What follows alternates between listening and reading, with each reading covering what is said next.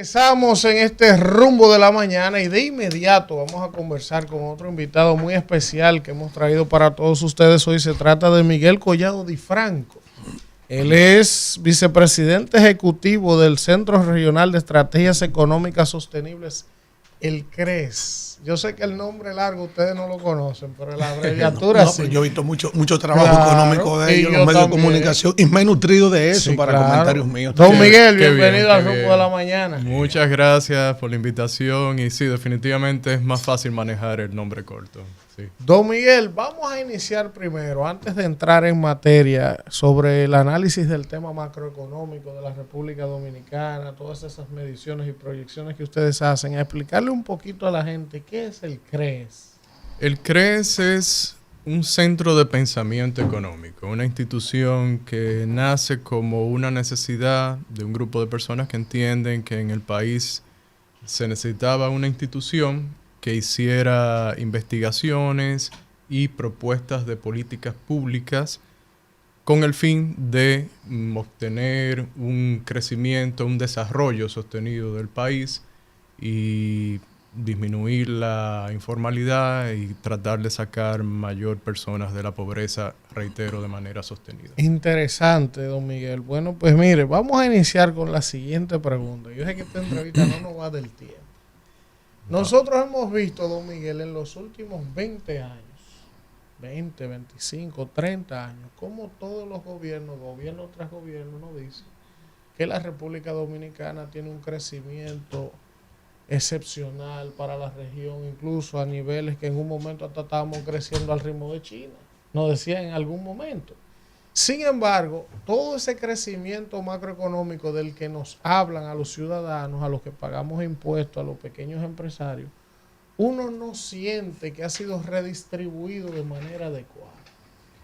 Ustedes como analistas económicos, macroeconómicos y que quizás conocen otros modelos que se han implementado en países similares, ¿qué es lo que pasa con República Dominicana? Que todo ese crecimiento que se nos ha explicado, la gente no lo siente abajo. Bien, como dices, las cifras oficiales, y no hay otras de crecimiento, claro, y son las mismas que toman los organismos multilaterales, es decir, cuando un Banco Mundial, un Fondo Monetario, una CEPAL, dicen que la República Dominicana creció o va a crecer en tanto, son las mismas cifras oficiales que están tomando. De acuerdo a esas cifras, el planteamiento que tú haces es correcto. Hemos visto crecimiento, reitero, de acuerdo a las estadísticas, pero la gente dice, ¿y dónde ese avance material no lo estamos sintiendo? Entonces, hay que ver la composición de las industrias que tenemos en República Dominicana. Cuando hablo de industrias, me refiero a un conglomerado determinado de empresas que producen algún bien o servicio. Son, en su mayoría, que agregan muy poco valor. En consecuencia, el ingreso de las personas no crece en la medida en que lo desearían y lo necesitarían para incrementar ese bienestar material que quieren sin depender de subsidios gubernamentales que no son más que transferencia de los mismos impuestos de las personas, impuestos presentes, lo que pagamos ahora, o futuros, que es endeudamiento. ¿Por qué futuro? Porque usted lo va a pagar el capital en algún momento. ¿Y con qué se va a pagar el capital esa deuda? Con impuestos en su debido momento. Entonces, en República Dominicana tenemos una gran informalidad también. Sí. Tenemos ingresos muy bajos. Si vemos usted se fija en las estadísticas de las mismas autoridades del Banco Central, el ingreso por hora cómo crece, no solamente nominal, tiene que verlo en términos reales, es decir, ajustado por inflación, usted va a ver que el crecimiento es muy poco.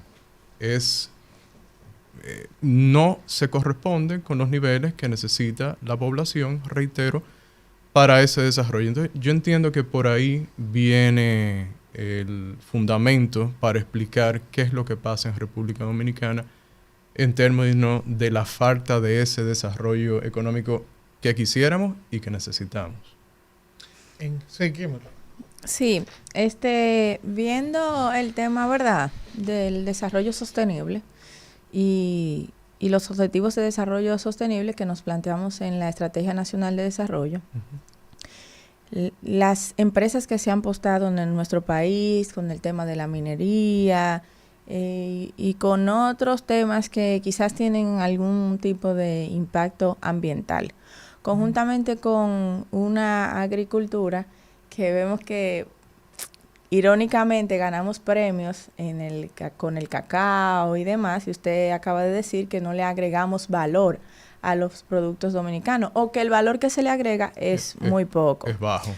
Por ejemplo, exportamos el doré, pero no el oro ya terminado, ¿verdad? Exportamos el cacao orgánico, pero son muy pocos los productos de cacao. Incluso el dominicano no tiene como esa tradición de consumir los mejores productos que produce aquí en el país. Entonces, ¿cómo podríamos mejorar, disminuir el costo ambiental? Porque cuando usted está abajo en la cadena de producción, el país donde se extrae la materia prima y donde menos se agrega valor al producto es el que tiene mayor costo ambiental productivo. Sin embargo, no estamos agregando valor. ¿Cómo podemos agregar valor a nuestros productos y disminuir el costo ambiental que estamos pagando actualmente? Tú mencionaste dos sectores, minería y... Para poner un ejemplo. Para poner un ejemplo, y agricultura. Pero hay muchos otros. Sí. Las mismas zonas francas. Las mismas zonas francas no agregan mucho valor. Es ensamblaje.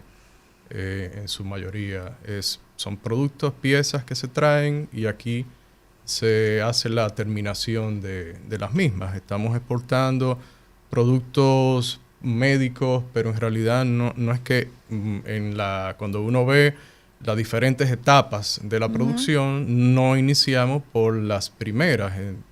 Estamos casi en las últimas o las intermedias, se traen esos productos y se ensamblan y se llevan al mercado de destino. En el caso de... Bueno, existe un planteamiento importante. Ahí agregaría que en el caso de la agricultura, ¿por qué no podemos consumir nosotros mismos esos productos terminados con mayor valor? Bueno, porque es que tenemos pocos ingresos. Exacto. Entonces se van a los destinos donde tienen mayor ingreso para poder adquirirlo. Es normal. Y cuando uno mira la historia del desarrollo de la humanidad, es así como ha pasado. Lo que pasa es que hoy en día nosotros nos comparamos con otros países, porque es muy fácil por las estadísticas, por las redes sociales, se ve en la televisión y queremos ser como los demás. Pero por ejemplo, China, que controla sus tierras raras y ya le agrega valor a sus productos. Nosotros no podemos comparar con China. O en el caso de ellos, de otros países que en términos de industrialización están más avanzados. Sí. Pero ¿qué es lo que tenemos que hacer en República Dominicana? Crear las condiciones institucionales, sobre todo, para atraer esa inversión que puede salir de capitales locales que no se han estimulado a hacerlo, o ya que nos falta ahorro, la inversión sale del ahorro. Obviamente si somos pobres o más bien estamos en vías de desarrollo, un país de ingreso medio, como nos llaman ahora, pues obviamente tenemos ahorro bajo.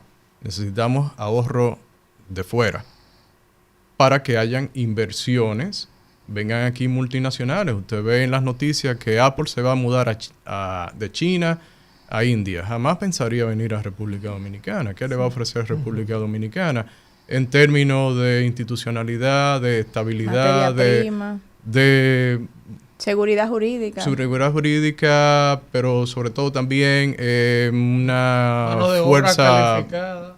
Correcto, un capital humano, como se llama, que sería lo que tú mencionas, una mano de obra calificada. Son muchos elementos. Empiezo por lo institucional, pero se le agregan otros. El sistema tributario es algo que nosotros venimos diciendo desde la incorporación de la institución.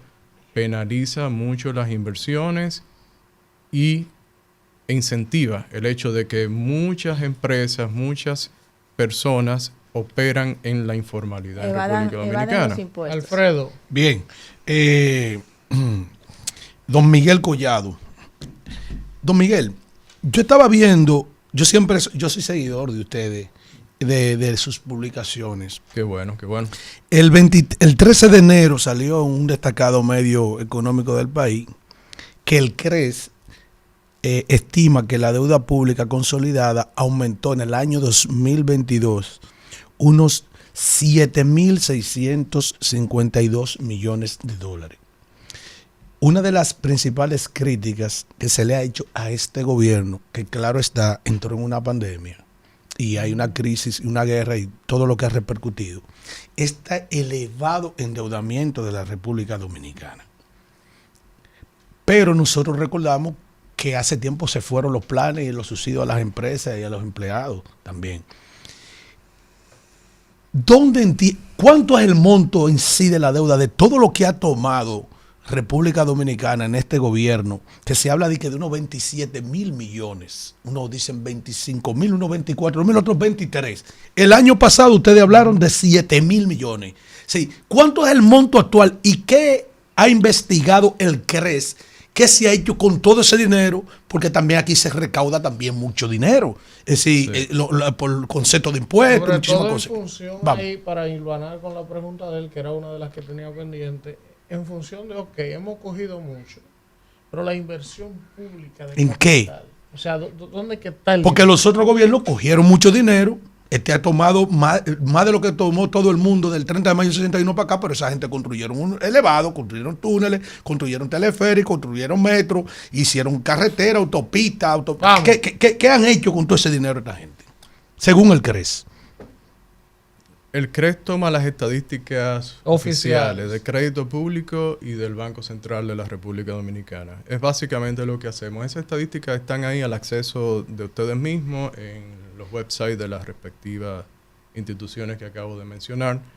Nosotros lo que hacemos es tratamos de mensualmente hacer una publicación para que el público en sentido general, ustedes analistas, comentaristas, estén enterados de lo que está pasando. Es ponerlo en un gráfico como este que tengo aquí. Sí. Seguro se parece al que tú viste. Sí, mira, según el dato, y me permiten leer, claro, para no errar y tener aquí el dato exactamente, la deuda pública consolidada, esta es incluyendo la del Banco Central, a marzo del 2023, que son las últimas estadísticas disponibles, ascendía a 74.000 millones de dólares. La del sector público no financiero, que es, vamos a decir, el gobierno, ascendía a 54.942, fue casi 55.000 millones. De dólares. De dólares, sí. El análisis que hicimos fue que el saldo de la consolidada, esto incluye también al Banco Central, no solamente el gobierno, al sector público no financiero. Cuando la comparamos con el 2019, el último cierre de un año fiscal antes de la pandemia, había crecido 26.000 millones. La del sector público no financiero, de ese diciembre a marzo, que es el último dato, reitero, se incrementó en 19.000 millones.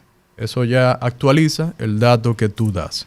Bien, es muy buena la pregunta. Gracias. La tradición ha sido, y ahí discrepo poco contigo, si tú miras los datos, y Diario Libre hizo un buen trabajo hace tal vez un mes, lo vi, con relación a, nosotros hicimos uno internamente con relación a la proporción de la inversión como porcentaje del Producto Interno Bruto. Lo que tú has visto es que ha ido disminuyendo, y no es cuestión únicamente de este gobierno, que sí, es verdad, y ustedes que desde esta tribuna deben decir en qué se está gastando, o sea cuestionarse, obviamente. Pero la tradición ha sido, como se ha mantenido y tal vez se ha intensificado, 18 para acá, se ha intensificado en estos años, es gasto corriente. Entonces nos estamos endeudando para consumirlo en el mismo año. Corriente es el gasto que se consume en el mismo... Nómina, ayudas sociales, compras de diferentes tipos. Nada de inversión. Muy poca inversión en términos relativos. Para que la gente entienda, es como que cuando se toma prestado para cubrir los gastos de la casa. Cuando usted en la casa toma prestado, pero no compra, no dice, bueno, vamos a comprar otro apartamento. No. Usted se va de viaje, usted lo gasta en fiesta. Compra comida. Exacto, pero está endeudándose para consumirlo. Sí. No para dejar algo para el futuro, un activo. Un bien. Un activo que quede ahí y que, como decía anteriormente, la deuda es impuesto diferido. Lo van a pagar otros o nosotros mismos, pero más para adelante, por ponerlo en términos llanos. Entonces no estamos dejando para ese momento que llegue los activos. Entonces es una tradición lamentable, pero y que ha sido continuada por las autoridades actuales. Miguel, de mi parte, la última pregunta, la mía. Sí. No sé si Kimberly tenga otra. Yo he criticado duramente y el que me escuche dirá, pero usted lo que está promoviendo la evasión de impuestos. No, yo jamás promovería la evasión de impuestos. Ahora, yo soy pequeño empresario y yo sé las implicaciones que tiene en un país como este emprender un proyecto de cero, sin padrino. O sea, tú tienes que pagar luz cara y mala. Tomar tú tienes préstamos, que tener inversiones, tomar prestado, pagar banca intereses. Informal. O sea, tú tienes que tener cámara de seguridad porque no tienes seguridad. Tú tienes que doble tributar. Pero encima de eso, Miguel, y aquí va la pregunta. Yo no entiendo cuál es la obsesión desmedida de todos los gobiernos, y sobre todo, a las impresoras electrónicas, una ley. Sí, ahí va mi pregunta. Y tú me dirás, pero ¿cuál es el problema si tú pagas tus impuestos? ¿Cuál es mi problema? Que ¿por qué tú hostigas al que paga? Al que se formaliza. O sea, ¿por qué si hay un 60% de tipos que están produciendo, los chinos, millones de pesos, tú como Estado no lo pones a tributar, aunque sea con un ITEVI de 8, los primeros 2 años, 3, para que tú recaudes más? Porque yo sé que se necesita recaudar más. Pero también tú tienes como Estado un montón de sanciones a gente que ya no la necesita, en muchos sectores. No, pero tú siempre vas al fácil, al clase media. Sí. ¿Cómo yo puedo entender eso? Porque por más que a mí me lo explique la DGI, me lo explique el Estado, yo no lo comprendo. Nosotros desde el CRES tenemos una propuesta de reforma al Código Tributario de República Dominicana que la hemos trabajado con Francisco Canaguate. ¿Quién es Francisco Canaguate? Francisco Canaguate es una persona con mucha experiencia en términos tributarios que trabajó cuando la reforma del 1992, una década que tal vez poco estudiada o poco comentada, pero de muchas reformas, y esa fue una muy importante en la cual los impuestos a las empresas en ese momento llegaban al 46% y se redujeron al 30% y luego al 25%, y República Dominicana era uno de los países más atractivos, se convirtió en inversión extranjera en ese momento, y las recaudaciones se incrementaron en el primer año. Entonces, ¿cuál es la idea del CRES en ese sentido? Y comprobada por República Dominicana en ese momento y otros países. Los países bálticos son un ejemplo en Europa. Irlanda ahora mismo tiene un superávit que va a ser un fondo porque le está sobrando el dinero con una tasa de impuestos sobre la renta del 12.5%. Y nosotros tenemos una tasa del 27%. Entonces, los países de la OCDE, que son los países más ricos del mundo, con lo cual muchos analistas nos comparan en términos de tributación, pues tienen una tasa corporativa que va entre 21 y 22. Entonces, ¿cuál es la idea de todo esto y a dónde debemos de llegar? A simplificar el sistema tributario de forma tal que a la misma autoridad le sea más fácil recaudar, pero sobre todo, que es lo más importante, que al contribuyente se le haga más fácil poner un negocio desde el inicio y tributar de una forma que se anime a hacerlo, pero le sobre dinero para contratar más gente, para pagarle más y crecer su negocio, que es lo más importante, y va a tener mayores beneficios que van a incrementar la base de tributación. Pero ahí mismo, Miguel, para pasar con Kimberly la última pregunta. Todos estos países de Europa, por ejemplo, que son referentes en cuanto a la obligatoriedad de esa modalidad que quieren implementar aquí, te dicen, no, pero en Europa todo eso funciona así, electrónico, la DGI tienen los negocios una caja y tienen en línea lo que cada quien vende. Ahora, también hay que decirle a esos políticos que, Miguel, en esos países donde la tributación es alta, la gente la paga con gusto. Porque tú recibes del Estado bienes y servicios de primer nivel. O sea, yo como ciudadano no puedo permitir que me tributen callado cuando aquí no hay institucionalidad. Cuando aquí se hizo un pacto eléctrico donde la sede en noviembre, este gobierno me dijo a mí que iba a reducir el gasto de nómina, el gasto corriente y las pérdidas, y la han incrementado. Entonces, ¿cómo tú me quieres cobrar más impuestos a mí cuando tú no has cumplido como Estado, cuando tú no das garantías? Pero ellos hicieron un estudio también del aumento de la nómina pública. En cuanto encontraron la nómina, descendió hacia el 21 y cuando arrancaron, oiga bien, eso no se ha parado. Y esa nómina anda por más de casi 800,000 empleados, creo que anda la nómina. Y este año en el presupuesto consignaron 43 mil millones de pesos para nombrar más gente. No es politizando, estoy dando unos datos. Son más de 700,000 de acuerdo a lo que tenían registrado en el CISALRIL. Sí. Volviendo a tu inquietud, muy válida, en realidad, vamos a ver, dice que en promedio esos países, los países más desarrollados, tienen una tasa menor que la nuestra, que esa del 27 también. Segundo, es cierto lo del gasto. Sí. Es muy cierto. Ahora, también hay que tener en cuenta algo muy importantísimo que justifica el argumento a que las tasas de aquí son muy elevadas. No solamente por la comparación, sino el 20 de un monto cualquiera.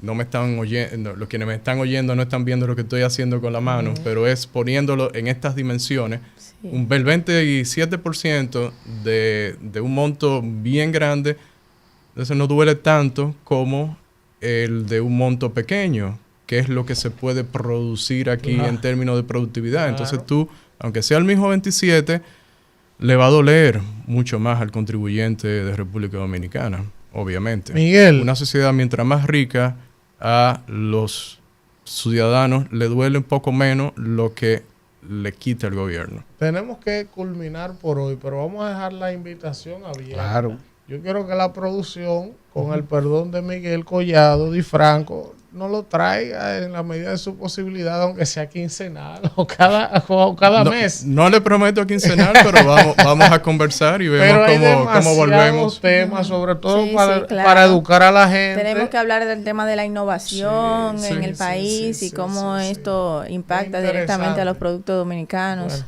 gracias a Miguel Collado Di Franco del CRES Gracias por a estos ustedes. minutos que nos ha regalado.